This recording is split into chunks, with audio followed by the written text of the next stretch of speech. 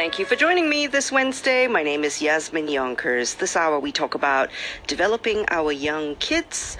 Many older people think, or perhaps have the idea that the younger generation's a little bit weak, not quite resilient.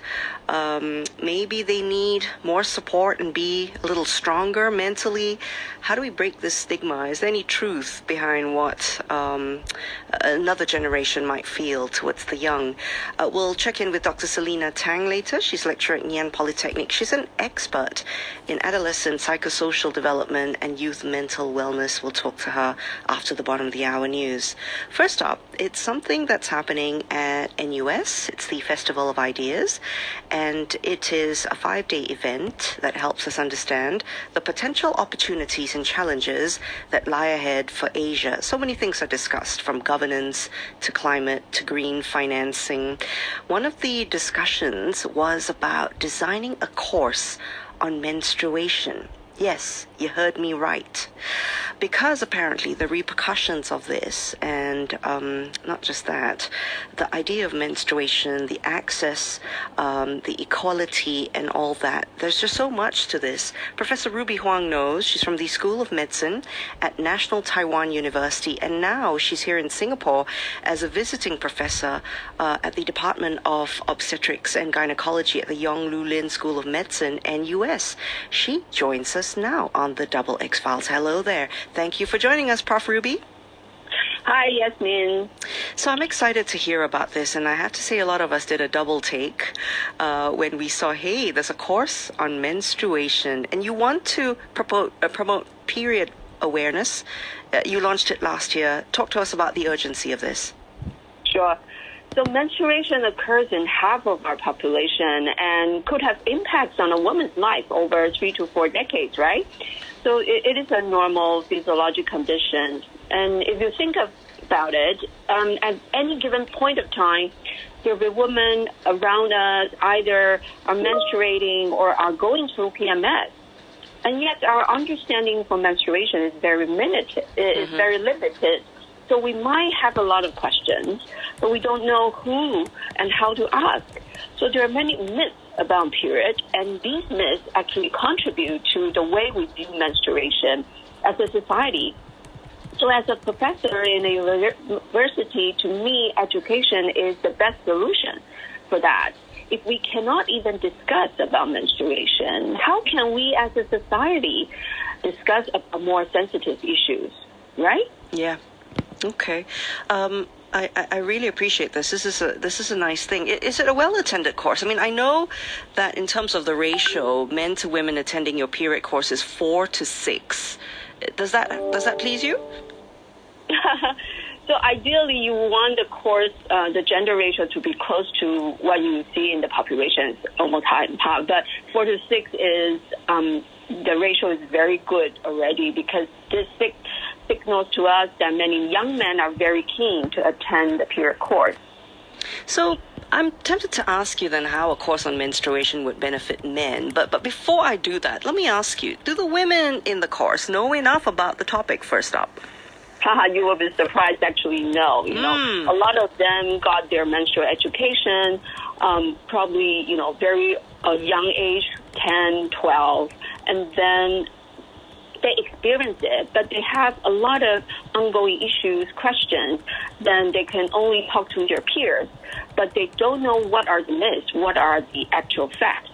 So yes, they could get information from internet, but again, no one, there's no systemic way to actually guide them to have a systemic understanding about period, about the thing that's about menstruation, that they are going through it every month until menopause. Prof. Huang, what aspect of your course surprises men the most in your class? So actually men themselves, the young men, they have a lot of curiosity towards menstrual issues, right? The male students in our course, in fact, they want to ask their female friends about period, but they don't know how to start. They're not sure whether it will be considered as inappropriate or intrusive or even politically incorrect, right? So what we have achieved in the course is to create a safe environment for both genders to talk and to learn about the menstruation and to exercise empathy. This is interesting because I'm just also thinking about the men in the course who have mothers, number one, and who possibly have sisters or who've had girlfriends, and still they haven't actually discussed this, which really proves your point that it's not discussed much at all.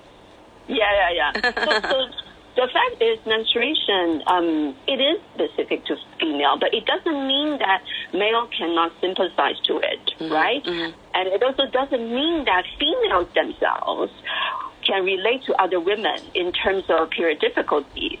So it is an issue indeed specific to gender, but menstrual issues are actually beyond gender. Yes, they are. So what is then a menstrual issue that we should talk about more often that's really the most pressing right now? I think period poverty is one burning issue.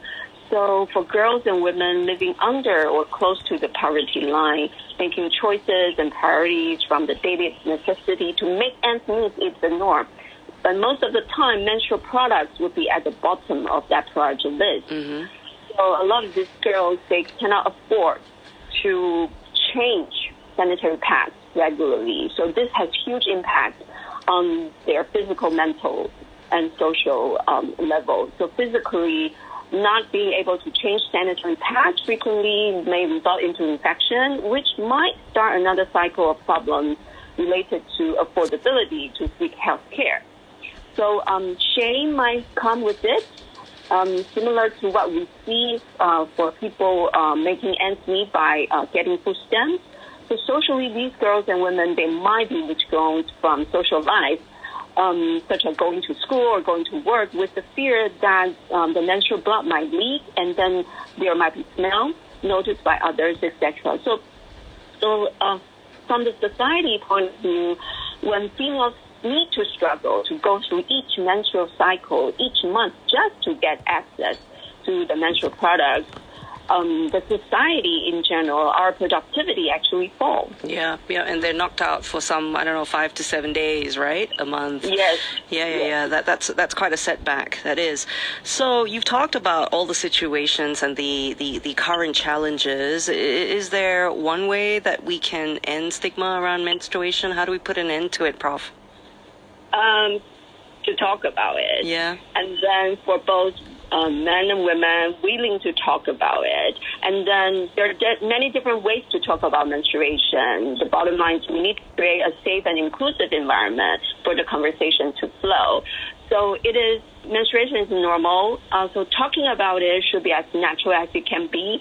So my advice to everyone is to open up this conversation with your family in a very casual setting. You don't need to be so serious sitting down and say, hey, let's talk about pure poverty, right? Yeah. So a good start is go to cold storage, fair price, and stand in front of a section of sanitary pads, and then make it like a game.